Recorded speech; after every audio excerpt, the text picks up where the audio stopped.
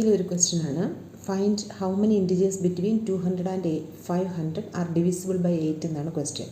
Between നമ്പേഴ്സാണ്, 200-നും 500-നും ബിറ്റ്വീൻ ആണ് ചോദിച്ചിരിക്കുന്നത്. സോ 200 കഴിഞ്ഞിട്ടുള്ള നമ്പറും 500-ന് പ്രിസൈഡിങ് ആയിട്ടുള്ള നമ്പറായിരിക്കണം വേണ്ടത്.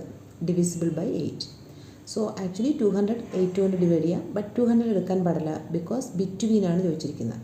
സോ 200-ൻ്റെ നെക്സ്റ്റ് 8 കൊണ്ട് ഡിവൈഡ് ചെയ്യാൻ പറ്റുന്ന നമ്പർ എന്ന് പറയുന്നത് 208 ആണ്. ആക്ച്വലി 200 8-ൽ കംപ്ലീറ്റ്ലി ഡിവൈഡ് ആവും. സോ നെക്സ്റ്റ് നമ്പർ എന്ന് പറയുന്നത് 208 ആണ്. സോ ഇവിടെ ഡിവിസിബിൾ ബൈ 8 എന്ന് പറയുമ്പം ഇത് 8 എന്ന് പറയുന്നത് ഡി ആണ്. സോ നെക്സ്റ്റ് നമ്പർ 260, നെക്സ്റ്റ് 224, അതുപോലെ 8-ൻ്റെ മൾട്ടിപ്പിൾസ് ആണ് ഇതെല്ലാം.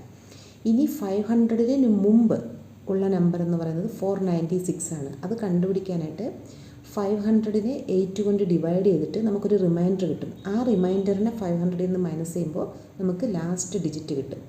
500-നെ 8 കൊണ്ട് ഡിവൈഡ് ചെയ്ത് റിമൈൻഡർ മൈനസ് ചെയ്യുമ്പോൾ റിമൈൻഡർ 500-ൽ നിന്ന് മൈനസ് ചെയ്യുമ്പോൾ നമുക്ക് അതിന് മുന്നിലുള്ള നമ്പർ കിട്ടും. ഏത് ഡിവിസിബിൾ ബൈ നമ്പർ ചോദിച്ചാലും ലാസ്റ്റ് നമ്പർ അങ്ങനെ കണ്ടുപിടിക്കാം.